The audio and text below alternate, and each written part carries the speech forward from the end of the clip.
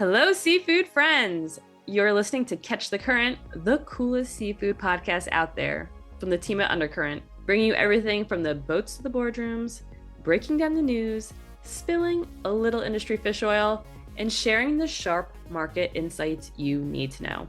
I'm Amanda Buckle. And I'm Lorin Castiglione.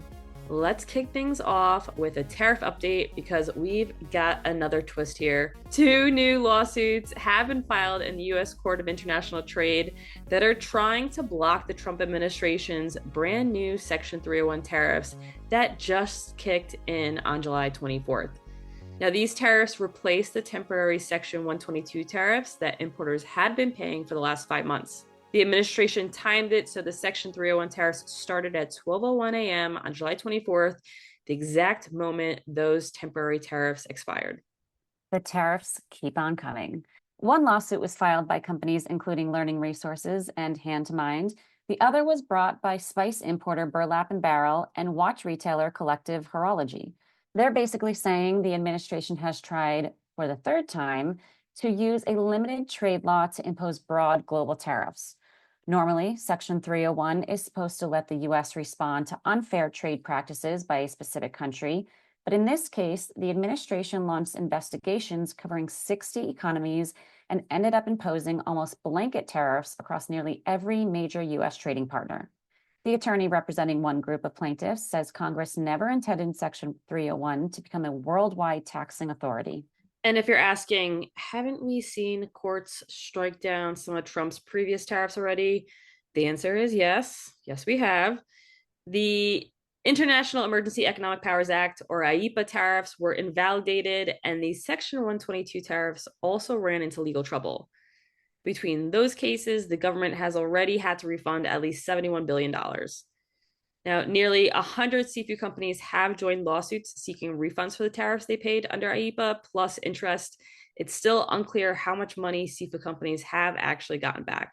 The new Section 301 tariffs now hit seafood coming from most of the biggest suppliers to the U.S., including India, Vietnam, Indonesia, Thailand, Norway, Chile, South Korea, Japan, and the European Union. There's really only one narrow exemption for certain Ecuadorian tuna products. So for processors, distributors, importers, and food service companies, costs have gone up again, which means everyone is once again trying to figure out what rate applies to what product from which country. Exactly. It's been months of navigating one tariff program after another, keeping track of different legal authorities, country-specific rates, exclusions, refund claims. It's become incredibly complicated. So do these lawsuits have a real chance? That's the million-dollar question, Lorin. So trade attorney Jessica Rifkin told Undercurrent that while another court challenge could absolutely reshape the tariff landscape, Section 301 rests on a stronger legal footing than the administration's earlier tariff programs. The courts will ultimately decide whether the administration stretched Section 301 too far, but for now, importers should probably plan on these tariffs sticking around while the legal battle plays out.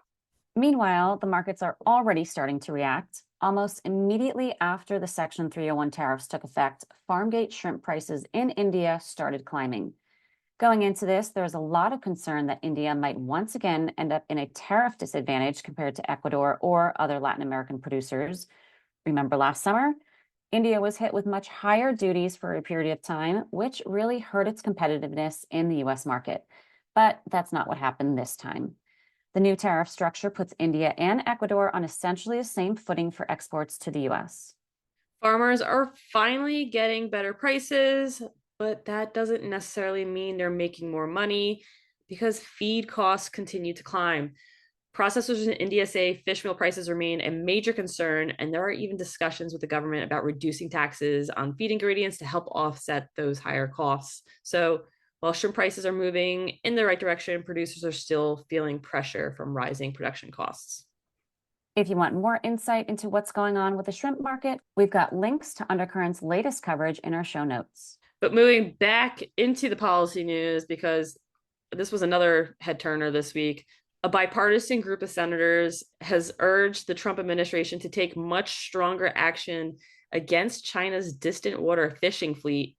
So Ted Cruz from Texas, Dan Sullivan from Alaska, Chris Coons from Delaware, and Andy Kim from New Jersey are just a few of the names who signed a letter asking Treasury Secretary Scott Bessent to impose sanctions on 29 additional Chinese vessels that lawmakers say are connected to illegal, unreported, and unregulated fishing, also known as IUU fishing, as well as alleged forced labor.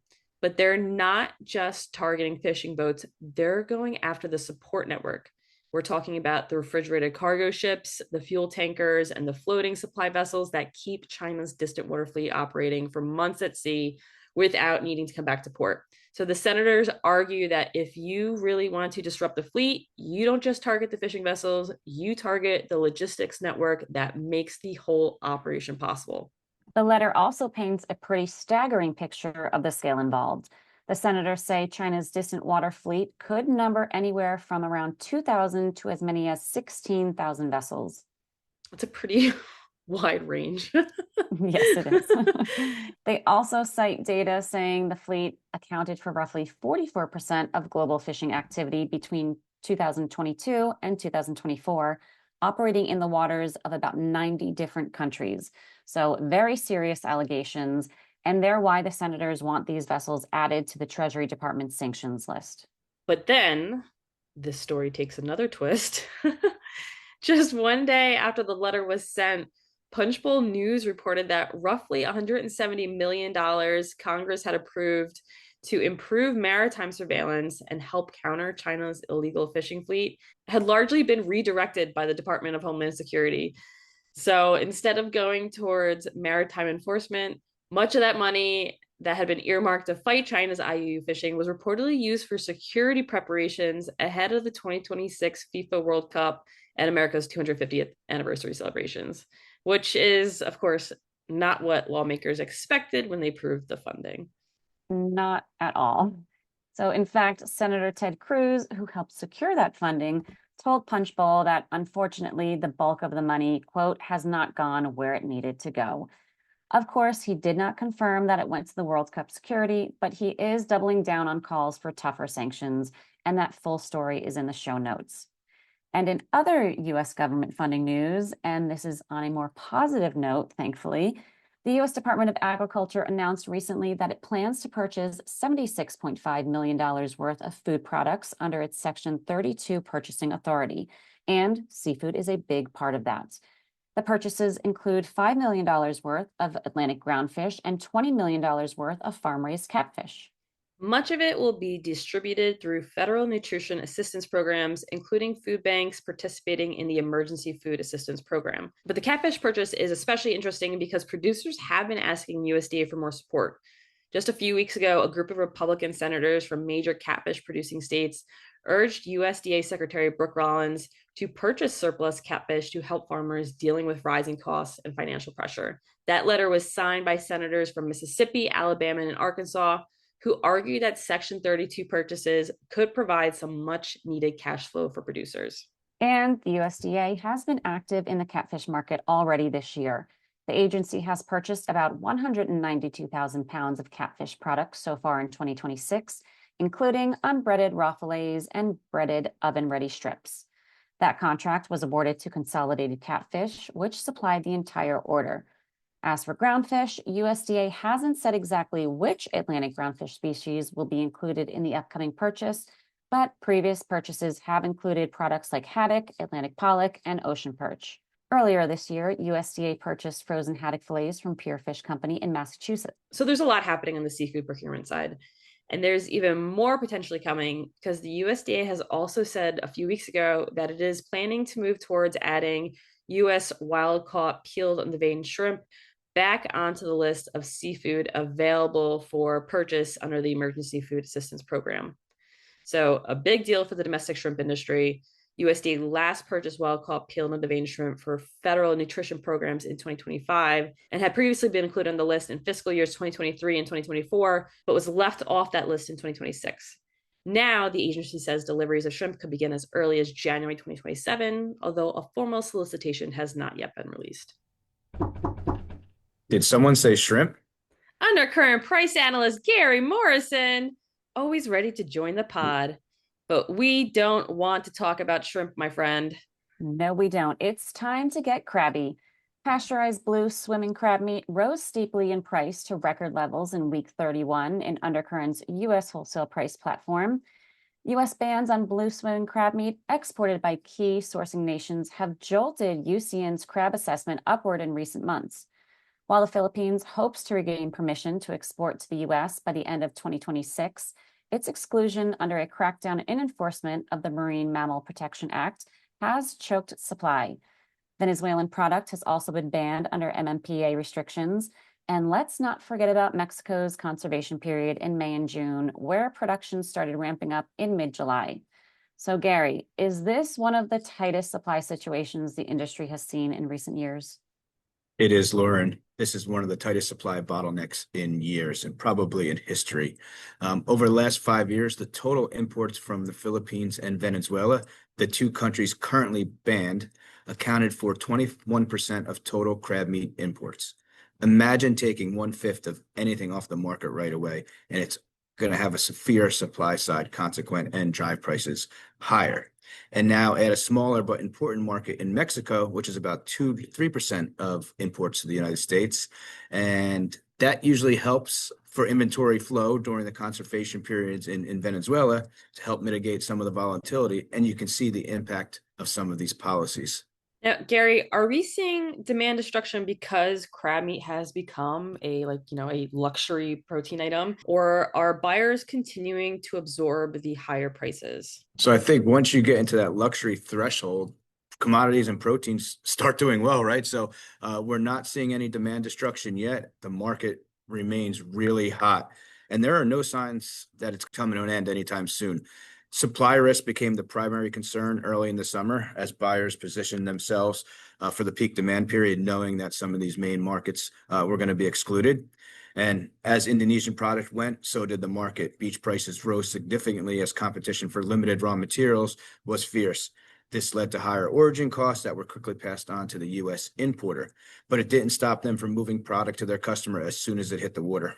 So, when buyers are saying they're operating hand to mouth, what does that actually look like in practice? Are they reducing inventory levels? Are they changing menus, looking for alternatives? Yeah, so it means they're working with thinner and shorter inventories. Maybe they buy for 1 to 2 weeks of needs instead of 3 to 4 that they typically would. Think just-in-time inventory, Lorin and Amanda. This is starting to happen a little bit as some importers tell me they believe Venezuelan officials have applied for compatibility approval from NOAA and that NOAA has responded back with a list of questions. I know we've been trying to get comment from industry's trade group NFI to the validity of this development. But even so, if this is true, it will take some time to get product flowing back into the market, but that product will be welcomed with open arms. But as a result of this belief, U.S. importers just want to get through the summer, and then they're a little bit more cautious as the fall rolls around. So, if you're looking for trusted, independent seafood market intelligence, be sure to check out Undercurrent. Beyond our daily journalism, we provide industry leading price reporting, market analysis, and data across all major seafood species from origin to wholesale. Our latest platform enhancement introduces powerful U.S. customs data tools to our global trade portal, allowing subscribers to identify the top importers of major seafood species and gain deeper insight into the import trends and market dynamics. Combined with our trusted news coverage and benchmark pricing, Undercurrent gives businesses the intelligence they need to make more informed buying and selling decisions. To learn more or request a demo, visit undercurrentnews.com. Thanks for hopping on, Gary. No problem, Amanda. Just continuing to warm up for when I replace Lorin in a few weeks. Wait, what? Oh, have I not told you, Lorin? Gary and UCN EMEA Deputy Editor Dan Gibson and I are going to Thailand in September for the Global Seafood Alliance's Responsible Seafood Summit. So I'll be recording with them that week instead of you. Well, enjoy your jet lag. If you'll be in Thailand for GSA's Responsible Seafood Summit and want to connect over some pad thai, please reach out. Well, the FOMO is real. Thanks for listening, everyone, and we'll see you back here next week. Bye-bye.